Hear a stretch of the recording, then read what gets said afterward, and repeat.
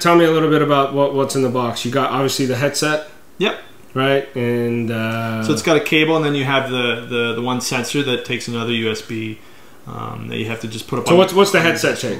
What's the headset requirements? So it needs a USB 3 and an HDMI out on your video. Just for the headset. Just for the headset. Okay. Another USB 3 for the sensor. For the sensor. So if in your setup you've got a display port for the monitor, HDMI USB 3 for the headset, right, and then another USB for the sensor that you said. Right. Now what about gaming? And then you also get an Xbox controller with a USB, or you can use the wireless adapter, which they also include. So you need another USB. So you need another USB, although that could be USB 2. Okay. Oh, okay. So that's nice. Yeah. Yeah. Yeah. What else? So now you've had it for what, a week now? Yep. So just over a week. I think the things you need to think about is that you're gonna have to spend more money downloading. So it's the content. Purchasing games. Yeah. Yeah, you gotta get the content. Yeah. And there's so many announcements at E3, and almost none of them are out yet, right? So keep that in mind. That this is all the promise of things to come. It's not to say there aren't a few sort of classy titles that are out there, but you're gonna pay, you know, 70, 80 bucks for them each. So. And then there's a lot of things that are out there, especially once you get Steam hooked up, and that was not a seamless experience. If you have a Vive, I'm sure it's much easier, but for the Oculus, there's a few hoops you have to go through. I wanted to use Steam because I wanted Virtual Desktop and a few other apps that are on Steam for VR. And it's definitely not as seamless as just going through the Oculus home and their marketplace, right?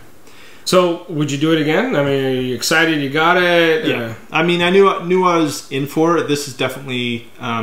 just to now give me the experience to, if I want to play around with Unity and play with the Unreal Engine and stuff, right, I can now try out this content. This is, whether this industry takes off or not, it's always going to come back to the content itself. And even beyond gaming and applications for, like the demos I saw for, you know, touring their human body and everything else for medical purposes and so on, it's such an engaging experience to see things that way. Right? So I think that's, from my perspective, beyond just the gaming appeal, which is quite cool, there's also the appeal of, I want to see this sort of content that's being pioneered right now firsthand and be part of it. So net, new PC, well, exclude the monitor, but you need a new monitor. New PC and the Oculus Rift, worth it? You got to be the enthusiast, right? It's a huge barrier to entry because of that, and appreciate. And it's new. It's V1, right? That VR is VR. You are in a different world when you put that helmet on, and you're expecting to type, and if you're not a touch typer, good luck, right? You're not seeing much, right? Yeah. So even using the Xbox controller, if you don't have experience with that, it might be disorienting, but that wasn't a problem for me. So I mean, you got to be able to still interact with the environment and realize that you're in a room and you're going to bump stuff. Deal with the cable, that you don't want to get tangled. You do need space. Yeah, you do definitely need space, even though this isn't a full room VR, but I think that's part of the evolution, that as this happens and as the hand controllers come out and you get more sensors, you're going to be a little more savvy and create the proper space for it that it needs. So is it a stamp of approval? It's a 2 thumbs up? What are you giving it?